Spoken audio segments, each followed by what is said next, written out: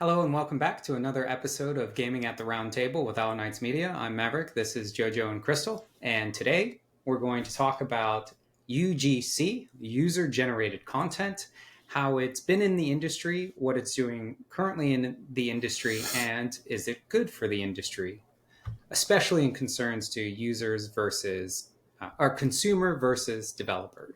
So I'll go ahead and kick off that early modding, which is a form of user generated content, has been around since effectively the dawn of real gaming. So you can go early, like Doom on the computer, pixelated appearance had mods. I've got a bunch of notes to my side here Quake in the 1990s, and many other computer based games. Around that era, StarCraft was a largely popular real time strategy game, and they had their own subdivision of user generated content where users could make their own maps and types of levels. That eventually evolved, and the biggest culmination of user generated content historically, I'm just going to rip through history real quick, was probably League of Legends, which I believe started as a game mode in Warcraft 3, and I think it was called Dota, DOTA at the time. Very similar to StarCraft, where it was a custom made type of game inside of an already existent platform. After some legal battles, they eventually won the right to release their own game based on that mod, and that became what's now known as League of Legends.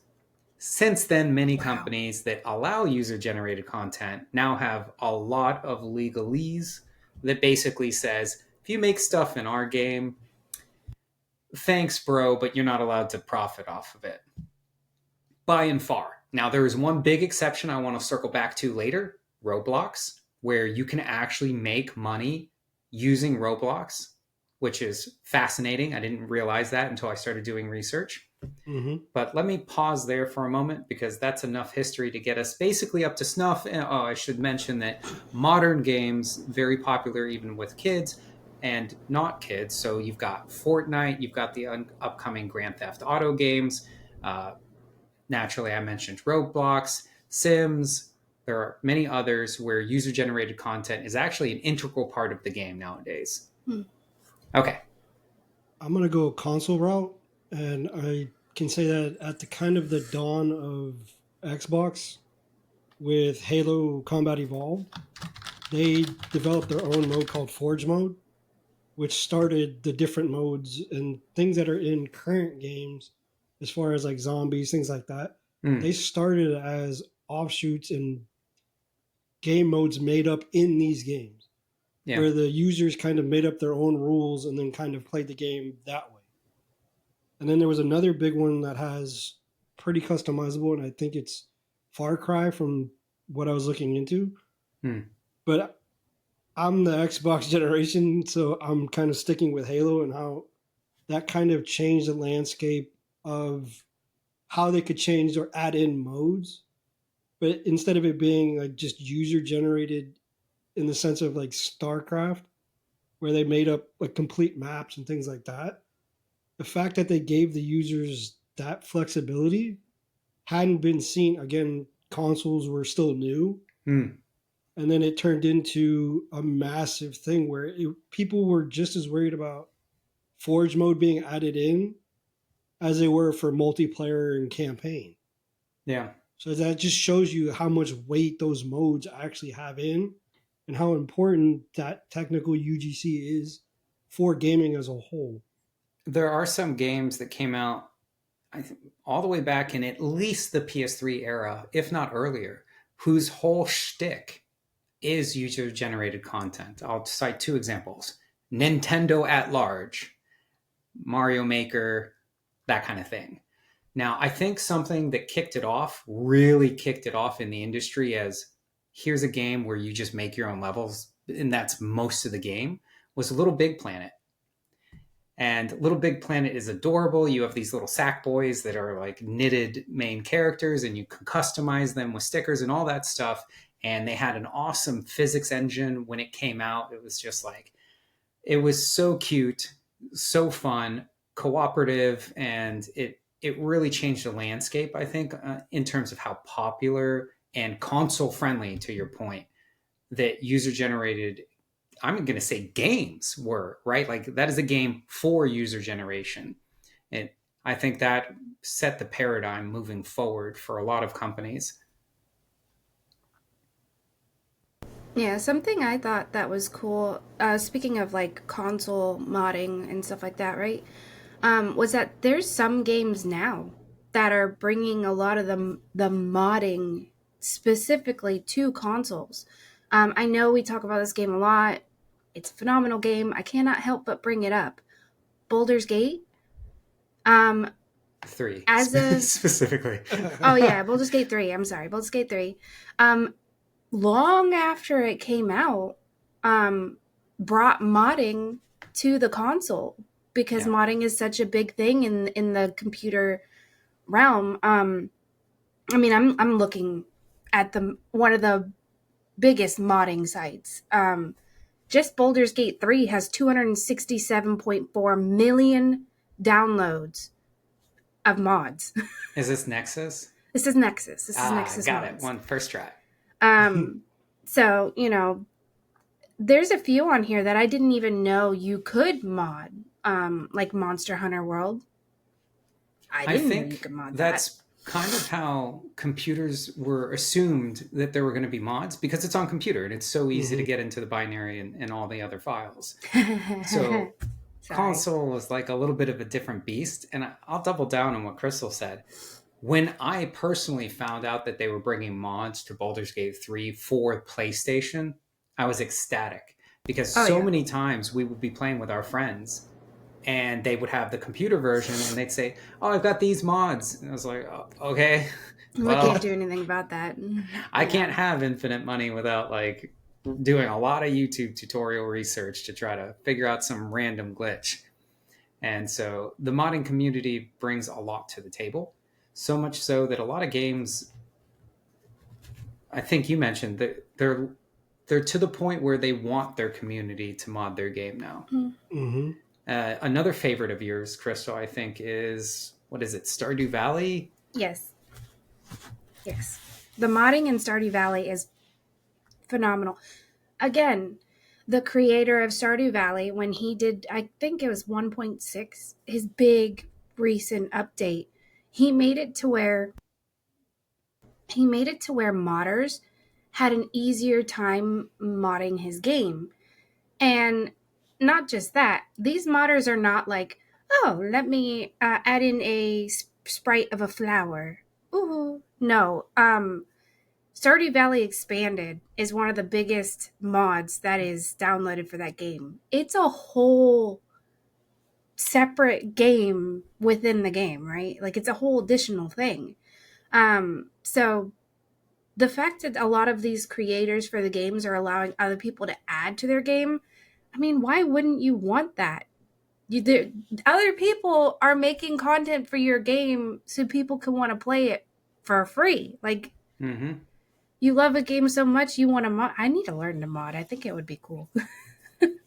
But well, there's always that evil thought of money, which kind of makes things sticky at certain points and kind of opens up gray areas. I did want to mention in this conversation something about, well, Roblox specifically, because I think they had the biggest case of it when it came to the dangers of UGC. Yeah, I think I said it right.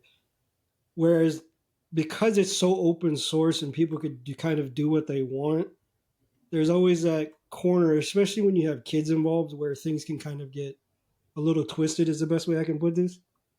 And it was to the point where I think they had to shut down for a little bit and kind of correct what they were doing, because kids were getting exposed to things that they shouldn't have been exposed to on levels that just were not healthy for anybody involved. And that I think is the only true drawback to that, is that when you give people access to things, there's always somebody that's going to take it a step or two way too far. Yeah. And they were one of the games that mods. kind of, yeah, they paid the price for it. Roblox in general has been in the news constantly just because they're predation. I've seen a lot of or heard about a lot of inappropriate content when it comes to Roblox. I have a niece that plays the game, and even she's had some questionable things happen with that game. But that's why I like sites like Nexus. Um, Obviously not sponsored, right? But that website is known for like monitoring the mods that go through it. Now, granted, there's still stuff like I could get a mod for Stardew Valley where it's like sexy time with my, I don't know, partner in the game, right? And it She knows doesn't. exactly who she was thinking of in the Yeah, game. this is for adults. It's not, this is Right, clearly right, choice. right. Yeah. But like, Nexus goes through and monitors everything to check for viruses, all that kind of stuff, to make sure that the people that are downloading the content aren't in danger. Because, Mhm. modding used to be you just downloaded some random stuff off the internet. It was so dangerous. It was Yeah. always so dangerous. I remember doing it on Diablo, and it was just like it would pop up a sheet, and it was just like numbers and things like that, and I'm like, I'm not Oh, sure what please this is don't. actually gonna do. But, Yeah. okay, So, I just I'll think just hit the like- button. I recall my friends way back were like, yeah, I modded my game so my outfits are pretty. And I was like, oh, cool. How do you do that? And then they started explaining it to me, and it was like all this super sketchy looking website stuff. And I was like, I like looking ugly. Let's just keep it at this. I'm quote not it, doing that. clip it, post it out of context on the internet. Oh my gosh. So I was going to go through a pro and con list, but it got me thinking about something you mentioned, Joe, which is one of the big dangers or drawbacks. And I'd go less severe, but I do think there are drawbacks. I'll call them cons and not really dangers. So I have a list here where there are quality control challenges, right? So as a developer, you release a game, you want to make sure that if something gets popular in that game, a mod especially, that there's that quality control, whether it's your vibe control or whether it's just the outright quality, right? They introduce things to the game that just are terrible, glitchy, and people will have a bad experience, or maybe it breaks their game and then they have to reinstall. It ruins the experience. So there's the quality control aspect. Legal and IP issues is probably the biggest one that has played out over time. We talked about the League of Legends from Dota and Roblox. There are some legal things to consider there, even though you're allowed to make money in that game. There's a space game that I always forget the name of. A buddy of mine's like huge into it. And that whole game has like its own economy. I wish I could remember the name. I'm sorry. Maybe Starfield? No, definitely not StarCraft. Anyway, so legal battles are going to be constantly a thing. Then there's the notion of potential for toxicity, which is welcome to the internet. But if people make mods or even just user-generated content, let's say it's not a mod, the game has a mode where in the game you're allowed to make levels and all that kind of stuff, and then people like put the building blocks of the level into profane words and stuff like that. I've seen that. It's hard for them to monitor that because if you have a large server in a huge game, you don't have hundreds of thousands of people crawling everything that everyone ever makes, right? You're always going to be behind the curve until it gets caught or That's reported. when you get user-generated reporting. Yes. And that only helps so much too, because a lot of people take the stance. I actually recently had an argument with my friends. They said, dude, it's the internet. Like, these things are going to happen. And I'm like, it's still against the terms of service because I think in terms of the law, you're never going to be able to stop it. And the more power and control you give to users, the more abuse you're going to see. Two other items. Toddlers, you give them an inch, they're gonna just be like, "How far can I take this, mommy?" Seriously, though. Yeah, Like, except don't put the fork into there. Zap. Yeah. Over reliance on the community is a big topic that I wanted to talk about. Is it healthy for the industry? So I think it's healthy. People seem to enjoy creating things. It's like an artistic outlet. Yeah. But there are some developers that probably go a little too far in on it to where they're like, hey, let's make a game where basically the users just do the game for us. And we're going to make a bunch of money and have to do almost nothing, right? We set them up with the tools. Say again? I said I think that kind of spilled into live service without Yes. going down like another rabbit hole. But I think they kind of go hand in hand because Mm-hmm. you have a live service game and you're saying that it's being worked on, and I'm air quoting that for people that can't see me. And then at some point, you're taking these people's ideas and improving what you've currently made. So it's it's a gray area for me personally, where I think it's kind of I don't think it's full on predatory, but I do think that they're taking somewhat advantage of the community in the sense of, hey, I can get away with having a smaller team Mm-hmm. of developers because I can then have somebody in the community work up the same thing for free, if not Yeah, it's what they're little to doing with nothing. AI now. Like the developers come out with maybe one big patch that they fully customized per year, and then the rest of the game is held afloat by the community, which great, you have the community, but it does feel a little ick. And the last one was monetization. And I was going to go a little bit further into that because there are games like Warframe where you can buy currency in the game. I don't want to go down this rabbit hole, actually. Forget it. Forget that example. But I did want to list a couple other examples of things that you don't necessarily think about as user generated content, because we've talked a lot about like mods, but camera modes is a wildly popular thing in mini games, from Genshin to almost every game you play now that's popular in the news. It has some sort of little camera mechanism. It goes, hey, enter photo mode or take short clips and like adjust the camera angles and all that kind of stuff. That's so that people can make user generated content, get the social media going. Oh, look at my character, this Oh, wild no. hair, this funny position. Baldur's Gate 3 recently introduced this, actually. You just opened up a whole new. Yeah, we're going to run out of time on this podcast. Yeah, because then it gets into streaming, right? Like streamers stream. I stream. And there's, yep.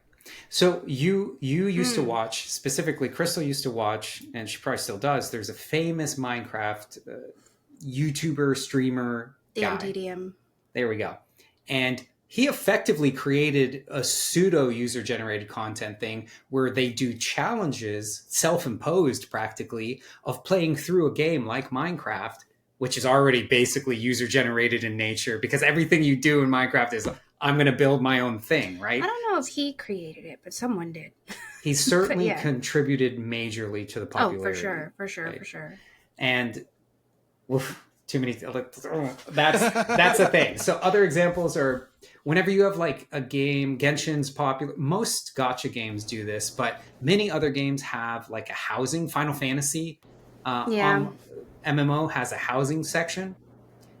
That's user driven content because, oh yeah, they give you all the assets to put in your house, but then you're the person spending hours redecorating and all this stuff. And I can list off people by name that do this, and lots of them, right? Hours and weeks I've seen people redecorating their houses. Fallout does that too. Which one? Fallout? Yeah. Where you can design your base and do things like that. I'm going to write these games down. Yes. Let me finish this list. Art concepts and competitions. I've been seeing this a lot in the last 5 years. It's happened forever, but it's a lot more common now because the internet is just so widely dispersed. Let's be real here. It's a lot more common now because developers are running out of ideas. I think that's what it is. Maybe. We're not taking shots at anybody. Yeah, I'm pretty sure we're getting ready to ask people for ideas. So, hey.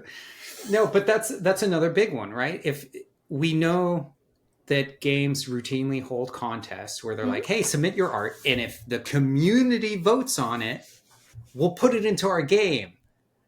And they do. I know Final Fantasy XIV does a really cute competition where they have people design furnishings for their house. And then you'll see, like, I never really saw the application process, right? But I did see like who won, what their art looked like, and then what it looks like in the game. And it's so cool to see stuff like that is being more and more introduced and like more used, because as a player, I love I'll pick a random game. Genshin Impact, right? I love Genshin Impact. How cool would it be as an artist to see my own art in a video game that I love? So I like that they do that. I don't know. I'm always going to be team user-generated content, I guess. And I think that's where we can wrap it up with the general vote, right? Overall, including consumers and developers, because I think our opinion is going to be the same for both. Correct me if I'm incorrect. Let's do a round robin vote. My vote is user-generated content is not only healthy for the industry, I'd like to see it continue, and I think it will.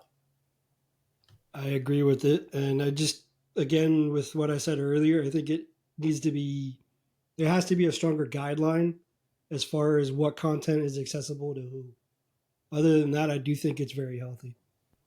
Agreed. I almost feel like for a lot of games, it's the only reason they're still going. They're still healthy. So yeah, I think user-generated content is very important for both sides of the spectrum. Okay, so there you have it. The consensus is power to the players and protect the children. Yes. This has been another episode of Gaming at the Round Table with myself, Maverick, Jojo. Whatever, my It's camera's... been a long one. Edit! No. With Jojo, Crystal, and myself, Maverick, we'll talk to you next time. Bye.